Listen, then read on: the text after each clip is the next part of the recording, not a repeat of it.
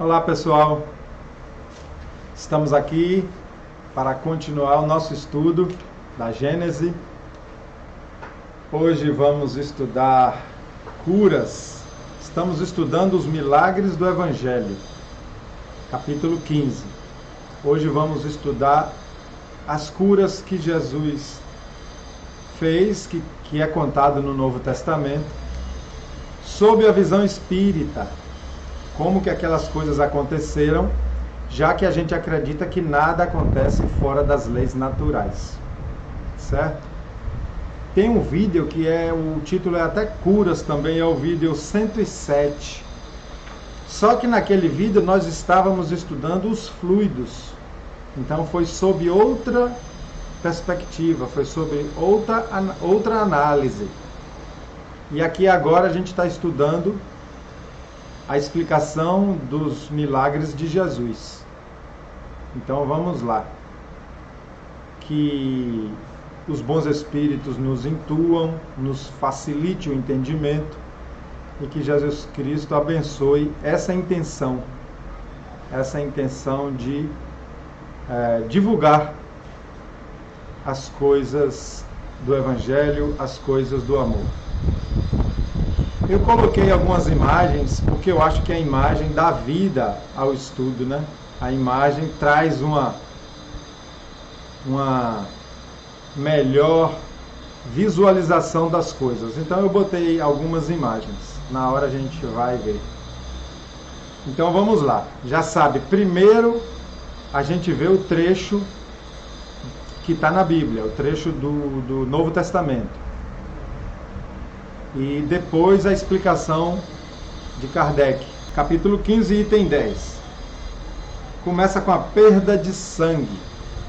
Então uma mulher que havia 12 anos sofria de uma hemorragia, que sofrera muito nas mãos dos médicos e que, tendo gasto todos os seus haveres, nenhum alívio conseguira. Mas ouvisse falar de Jesus, veio com a multidão atrás dele e lhe tocou as vestes, porquanto dizia: se eu conseguir ao menos lhe tocar as vestes, ficarei curada. Olha só a fé, ela já foi lá assim: se eu conseguir pelo menos tocar na roupa dele, eu vou ficar curada. Não precisava nem de Jesus vê-la, nem de Jesus impor as mãos, ela acreditava. Olha o tamanho da fé. No mesmo instante, o fluxo sanguíneo lhe cessou e ela sentiu em seu corpo que estava curada daquela enfermidade. Olha só, a mente dela, acreditando tanto. Por isso que Jesus falava: tua fé te curou. Logo Jesus, conhecendo em si mesmo a virtude que dele saíra, se voltou no meio da multidão e disse: quem me tocou as vestes? Jesus nem viu com os olhos da carne, né? Ele nem viu. Quem me tocou as vestes?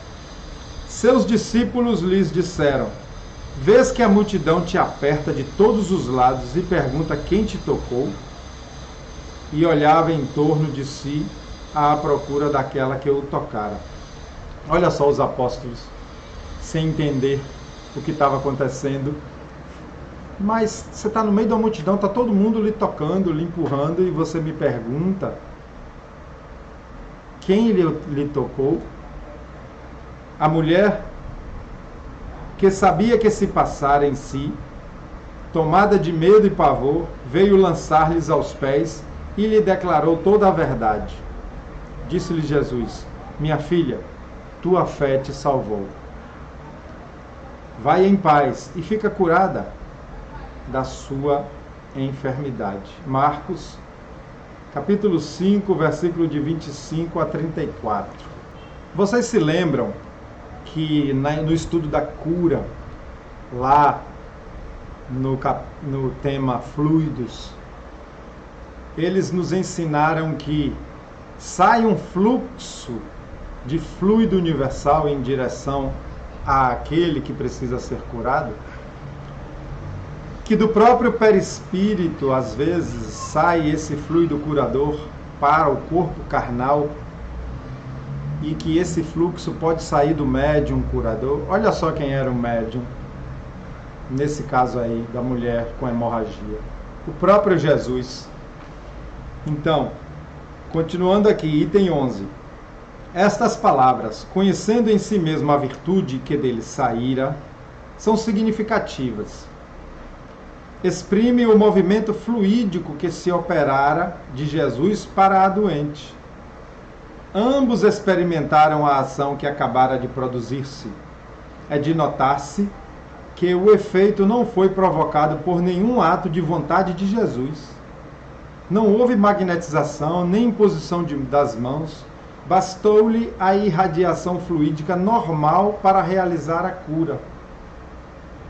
Então Jesus não estava nem prestando atenção ali fisicamente, mas o perispírito dele, o magnetismo dele, muito poderoso. Imagine o perispírito que Jesus estava se utilizando. Então, o fluxo saiu automaticamente. Como quem toca num fio elétrico e toma um choque. Ali, é claro que a mulher não tomou choque. Eu estou falando assim, porque basta tocar a mão que o fluxo sai, no caso da eletricidade. Mas por que essa irradiação se dirigiu para aquela mulher e não para outras pessoas, em vez que Jesus não pensava nela e nem tinha a cercá-lo a multidão? Quer dizer, várias pessoas tocaram ali no meio da multidão quando Jesus passava. Aí ele pergunta por que essas outras pessoas não receberam esse fluxo. É bem simples a razão. Considerado como matéria terapêutica, o fluido tem que atingir a matéria orgânica a fim de repará-la. Matéria terapêutica, o fluido que saiu de Jesus. Tem que tocar a matéria orgânica, tem que tocar o corpo carnal, a fim de repará-la. Pode então ser dirigido sobre o mal pela vontade do curador. Olha só, pode ir pela vontade do curador, o médium curador vai lá, impunha as mãos e expressa a sua vontade através do pensamento, ou atraído pelo desejo ardente, pela confiança, numa palavra, pela fé do doente. Então tem dois motivos que esse fluxo se desloca. A vontade de quem está emanando o fluido, vamos lembrar do passe espírita, a vontade de quem está emanando, que tem que estar ali pensando que o fluxo está saindo da mão, eu dou passe e faço isso, e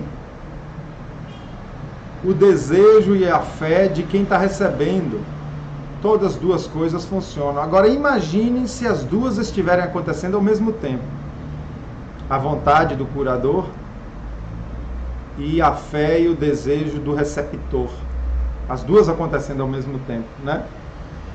Eu fiz uma notinha minha aqui com o meu lápis. A nossa mente influencia fortemente no nosso corpo. A gente sabe disso. Uma mente estressada adoece o corpo, o nosso organismo. As doenças são produzidas ou agravadas pela nossa mente. Isso aí já é até científico. Já é até científico. Por isso que a meditação, a oração, nos dá um sistema imunológico mais forte. Pelo mesmo processo, podem ser curadas ou atenuadas. Então, nós podemos fazer isso com nós mesmos. Se a nossa mente emite boas energias para o corpo o tempo todo, claro que esse corpo vai ter mais saúde. Então, continuando, virando a página, para quem está seguindo o mesmo PDF que eu. Com relação à corrente fluídica, o primeiro age como uma bomba calcante. Quem é o primeiro? A vontade do curador. A vontade do curador funciona como uma bomba calcante. O que é calcante? É que pressiona, que empurra. Uma bomba que empurra. Uma bomba d'água não joga? Então o primeiro funciona como uma bomba calcante. O segundo, que é o desejo ardente do doente, como uma bomba aspirante. Lembra do aspirador? Quem tem aspirador de pó?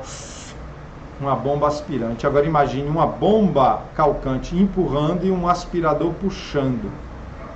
Então, algumas vezes é necessária a simultaneidade das duas ações. Doutras, basta uma só.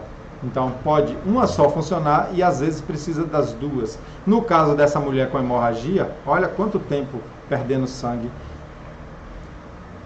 Bastou o desejo ardente, só foi a bomba aspirante, ela.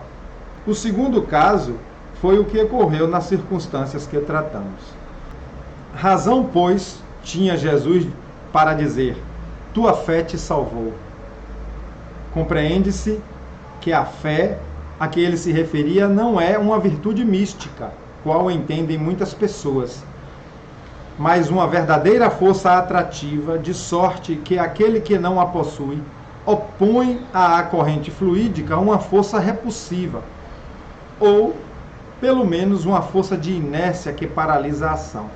Então Jesus não falava de fé religiosa, de fé cega, dessa fé que você apenas se apega à religião, mas ele estava falando de uma fé que vem de uma força mental,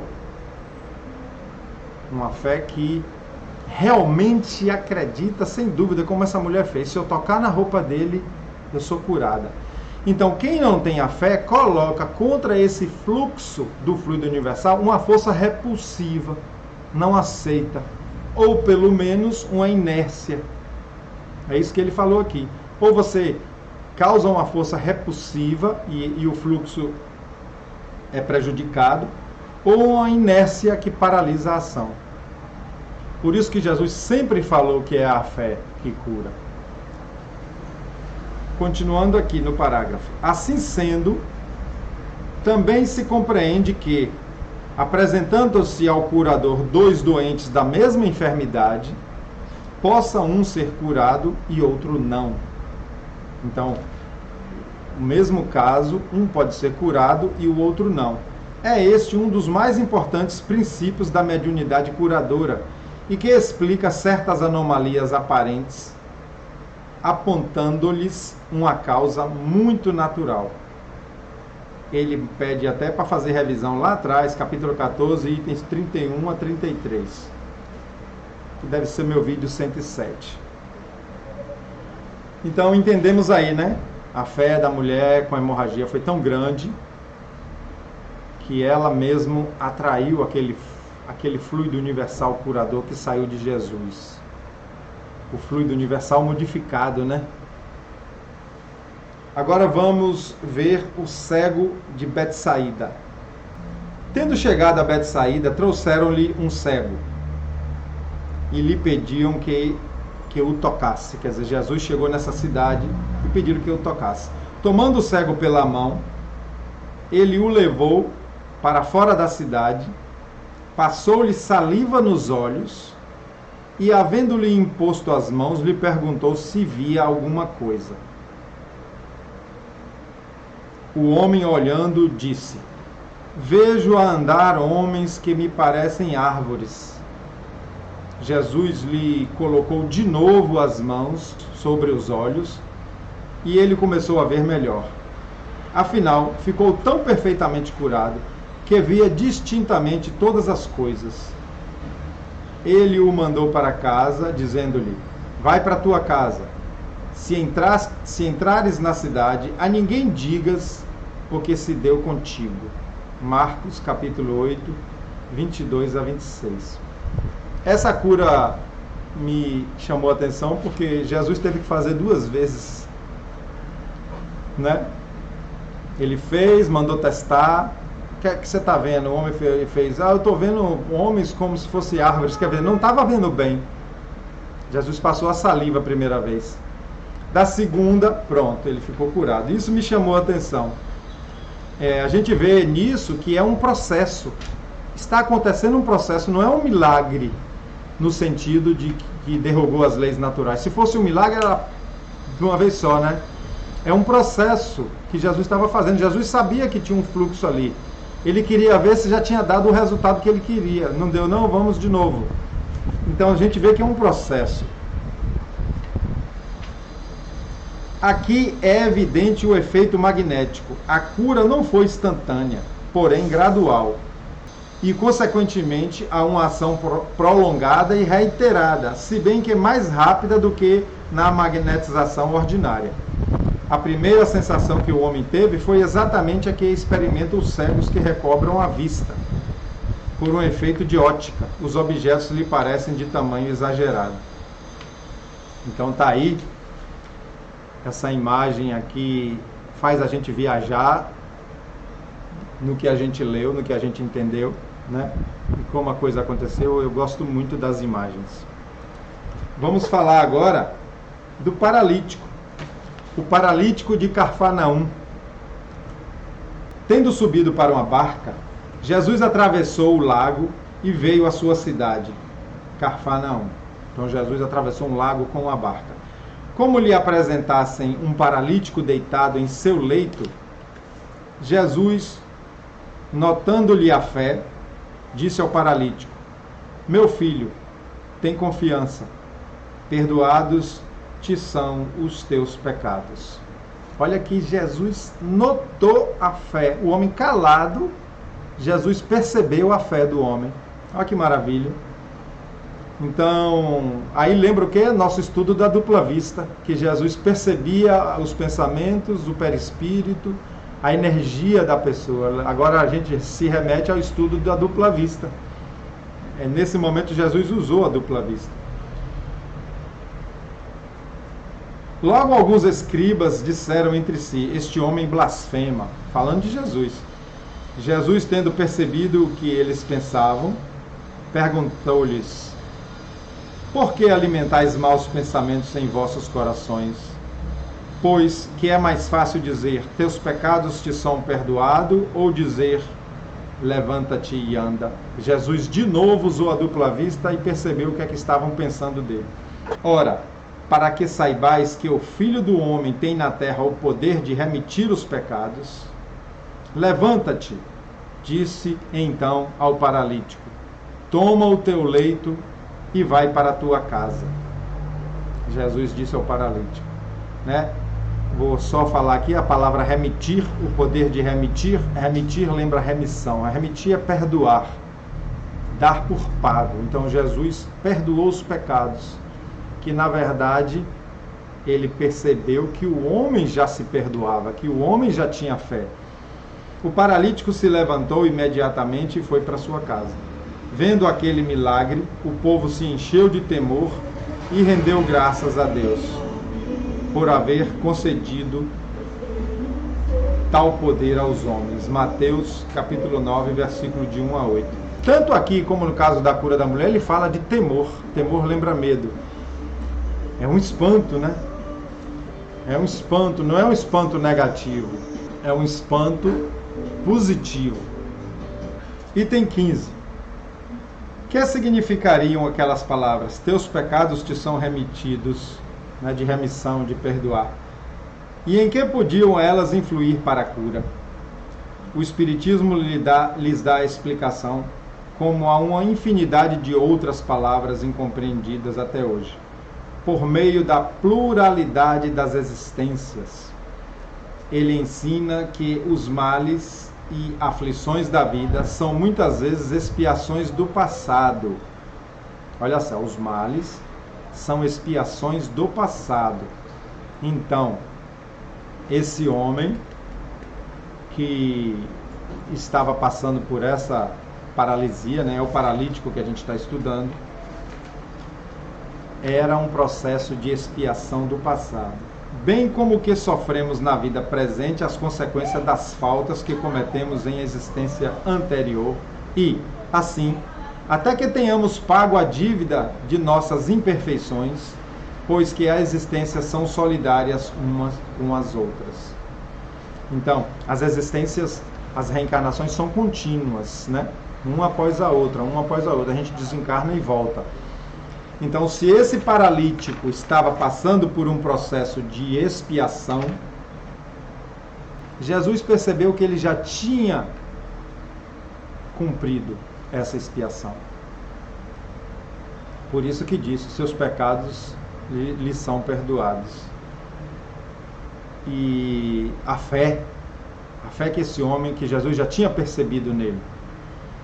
Se, portanto, a enfermidade daquele homem era uma expiação do mal que ele praticara, o dizer-lhe Jesus, teus pecados te são remitidos, equivalia a dizer-lhe, pagaste a tua dívida. a fé que agora possuis elidiu a causa da tua enfermidade. Conseguintemente, mereces ficar livre dela. Interessante e muito importante isso aqui. Primeiro, elidiu, eliminou, né? Fez desaparecer. Então, quando fala elidiu a causa da enfermidade, a causa de vidas passadas, ela já foi eliminada. Isso aqui é muito importante porque fica claro que se o processo de expiação da pessoa não se cumpriu, Jesus não curava. Jesus não ia lá curar. Tanto que ele passou por muitos enfermos e não curava.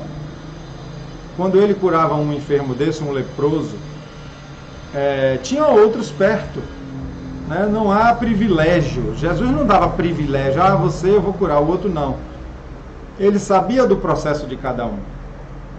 Daí o haver dito aos escribas: tão fácil é dizer, teus pecados te são perdoados, como levanta-te e anda. Cessada a causa, o efeito tem que cessar. É precisamente o caso do encarcerado a quem se declara: teu crime está expiado e perdoado. O que equivaleria a se lhe dizer: pode sair da prisão. Quer dizer, ele fez uma comparação com a nossa lei, que é imperfeita, mas ele fez a comparação. A lei de Deus é perfeita. O preso está lá, cumpriu seus 10 anos de cadeia, pode sair. É como se ele já tivesse pago pelo erro, né? Por isso que eu falei imperfeita, porque às vezes a pessoa sai e comete o mesmo erro. No caso da lei divina, não. Qual é a causa?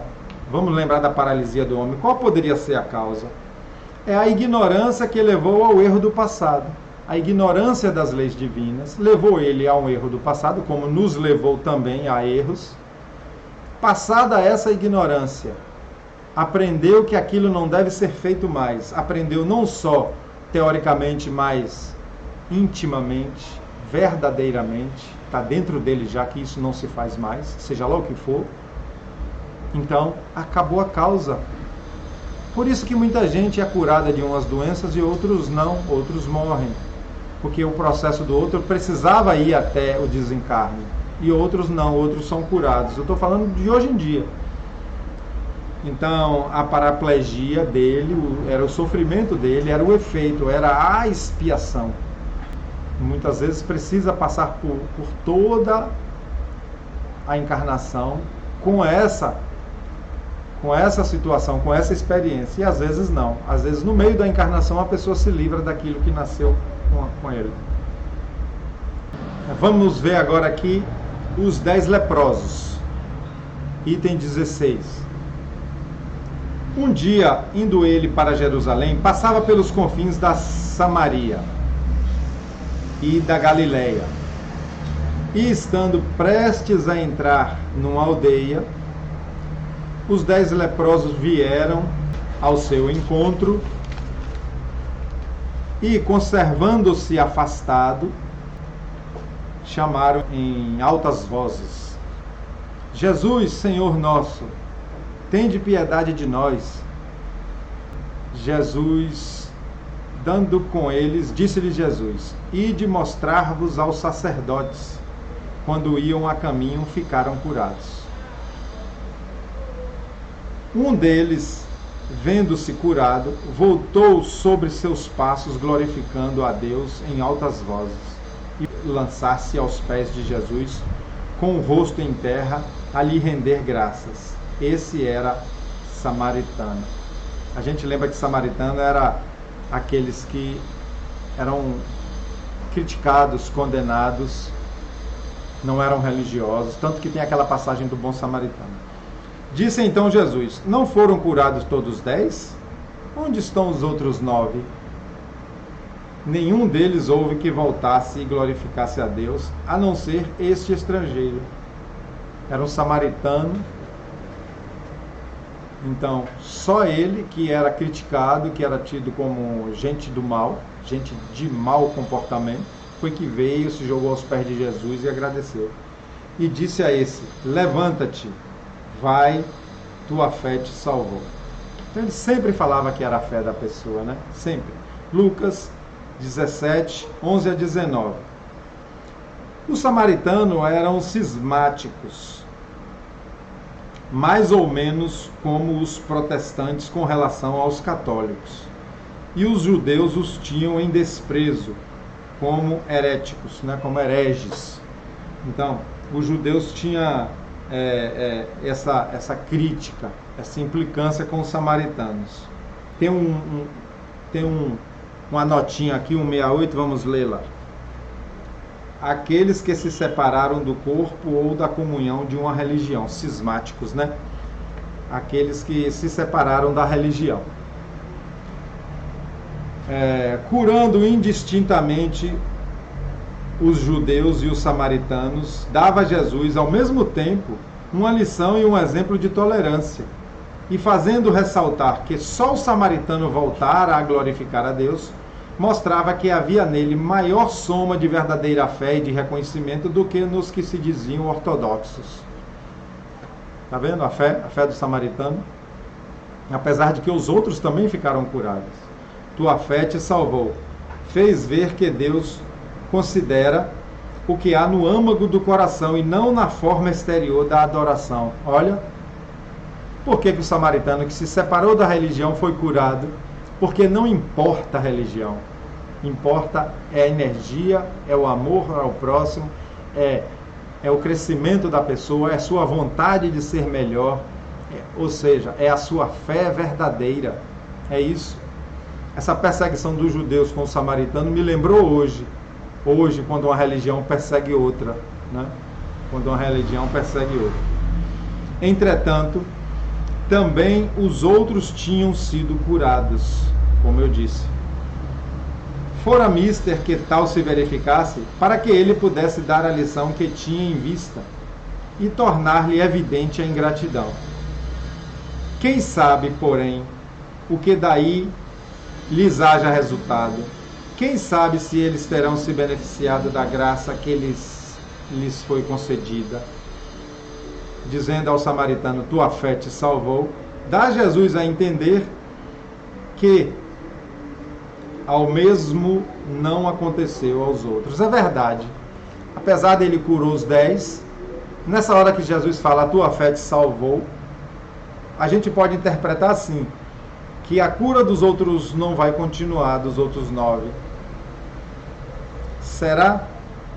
Ele botou apenas aqui como uma ideia, os outros 9 leprosos. Ele botou aqui apenas como uma interpretação. Porque Jesus disse só para o samaritano, a tua fé te salvou. Será que os outros vão continuar curados ou a lepra vai voltar? Isso aí apenas vai ficar como pergunta. E vai depender de mérito, vai depender de expiação, vai depender de fé, vai depender do como está o coração deles. Tá bom, gente? Vamos continuar, vão ter outros milagres que a gente vai analisar no texto, tá bom? Que Jesus abençoe seus lares, o meu lar também e a nossa família. Um grande abraço, até o próximo vídeo.